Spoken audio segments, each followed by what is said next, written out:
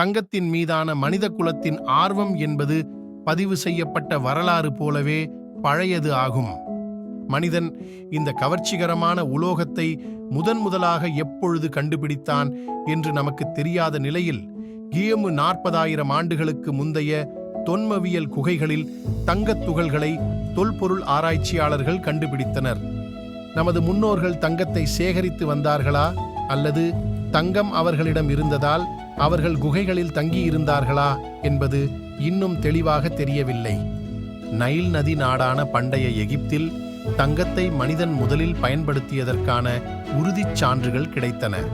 எகிப்திய சாம்ராஜ்ய அரசர்கள் மற்றும் குருமார்கள் தங்கள் கல்லறைகளிலும் கோயில்களிலும் தங்கத்தை பரவலாக பயன்படுத்தியுள்ளனர். மனிதகுல வரலாற்றில் இந்த மயக்கும் உலோகத்தின் மீது தற்போதைய மக்கள் கொண்டுள்ள அதே ஆசையை பழங்காலத்தைச் சேர்ந்த பயன்பாட்டாளர்களும் கொண்டிருந்ததை காண முடிகிறது. எகிப்தியர்கள் முதலாக தங்கத்திற்கு ஈடாக நாணய பரிமாற்ற முறையை உருவாக்கினர். மேலும் அந்த காலத்தில் சமுதாயத்தில் அதன் மதிப்பை உறுதிப்படுத்தினர். எகிப்தியர்களுக்கு பிறகு கிரேக்கம் என்ற மற்றொரு பெரிய நாகரிகமும் தங்கத்தை பரவலாக பயன்படுத்தியது.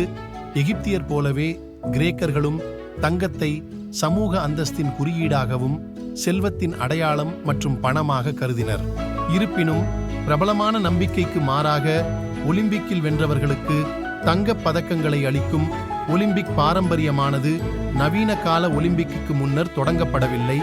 பல ஆண்டுகளாக தங்கம் என்பது செல்வத்தின் அடையாளமாகவும் உலகின் பல பகுதிகளில் பண்டமாற்று நாணயமாகவும் ஆண்கள் மற்றும் பெண்களுக்கு நகைகளாகவும் பிரபலமாகி வருகிறது. 18ஆம் நூற்றாண்டில் தங்கமானது உலகப் பொருளாதாரத்தின் ஒரு முக்கிய அங்கமாக தன்னை நிலைநாட்டியுள்ளது. 1790ஆம் ஆண்டில் அமெரிக்க ஐக்கிய நாடுகளின் காங்கிரஸ் என்பது தங்கத்தின் நவீன வரலாற்றை நிரந்தரமாக மாற்றும் ஒரு சட்டத்தை நிறைவேற்றியது. அமெரிக்க டாலர் அடிப்படையில் தங்கத்திற்கு ஒரு நிலையான விலையை நிர்ணயித்து நாணயம் மற்றும் பணம் சட்டத்தை காங்கிரஸ் நிறைவேற்றியது. 1873இல் அமெரிக்க உள்நாட்டு யுத்தம் முடிந்த சிறிது காலத்திற்குள் வெள்ளி என்பது அதிகாரப்பூர்வ நாணயம் என்பதில் இருந்து அகற்றப்பட்டது. மேலும் காகித பணம் என்பது முதல் முறையாக அமெரிக்காவில் அதிகாரப்பூர்வமாக பயன்படுத்தப்படும் சட்டப்பூர்வமான பணமாக ஆனது. 2 உலகப் போர்கள் முடிந்தவுடன் உலகப் பொருளாதாரம் சிக்கல்களில் இருந்தது. தாக்குதல்களாலும் குண்டுவீச்சுகளாலும் அழிக்கப்பட்ட முழு நகரங்களையும் மீண்டும் கட்டியெழுப்பும் கடுமையான பணிகளால் பெரும்பாலான முக்கிய நாடுகள் திணறின. எனினும் அமெரிக்காவுக்கு இந்த விஷயத்தில் பாதிப்பு ஏற்படவில்லை. உலகப் போர்களின் காரணமாக அவர்கள் பெரும்பாலும் பாதிக்கப்படவில்லை. மேலும் உலகின் வலுவான பொருளாதாரமாக உருவானார்கள். அந்த நேரத்தில்தான் அமெரிக்கா தங்கத்தின் தரநிலையை உருவாக்கி அமெரிக்க டாலரை ஓர் உலகளாவிய நாணயமாக ஆக்கியது. நம் உலகத்தை வடிவமைப்பதில் தங்கம் பெரும் பங்கை கொண்டுள்ளது என்பதில் சந்தேகமில்லை. அதே சமயத்தில் ஆயிரக்கணக்கான ஆண்டுகளாக ஒரு உயிரற்ற உலோகமானது பூமியிலுள்ள ஒவ்வொரு உயிரையும் எவ்வாறு பாதிக்கிறது என்பதை புரிந்து கொள்வது இயற்கையை மீறியதாக இருந்துள்ளது. இந்த நிலையே இனிமேலும் நீடிக்கும். கடந்த 100 ஆண்டுகளில் தங்கத்தின் விலை கடந்து வந்த பாதை மலைக்க வைக்கும் வகையில் உள்ளது. 1920ஆம் ஆண்டு இந்தியாவில் ஒரு சவரன் தங்கத்தின் விலை வெறும் 21 ரூபாயாக இருந்தது.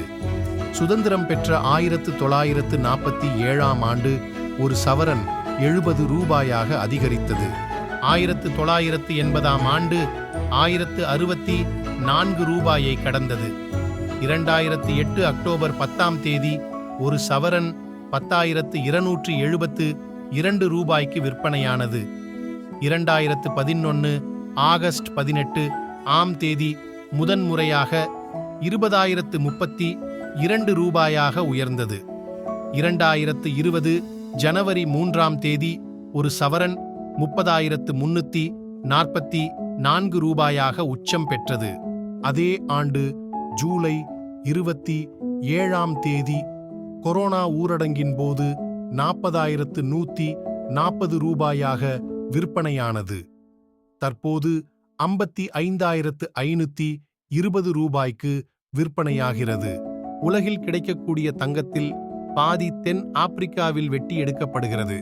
கனடா, அமெரிக்க ஐக்கிய நாடுகள், ஆஸ்திரேலியா, கொரியா ஆகிய நாடுகளிலும், தென் அமெரிக்காவிலும், இந்தியாவில் கர்நாடகா மாநிலத்தில் கோலார் என்னுமிடத்திலும் தங்கம் கிடைக்கிறது. உலகத்தில் உள்ள அனைத்து தங்கத்தை ஒப்பிட்டால் இந்திய இல்லத்தரசிகளிடம் 11% தங்கம் உள்ளது.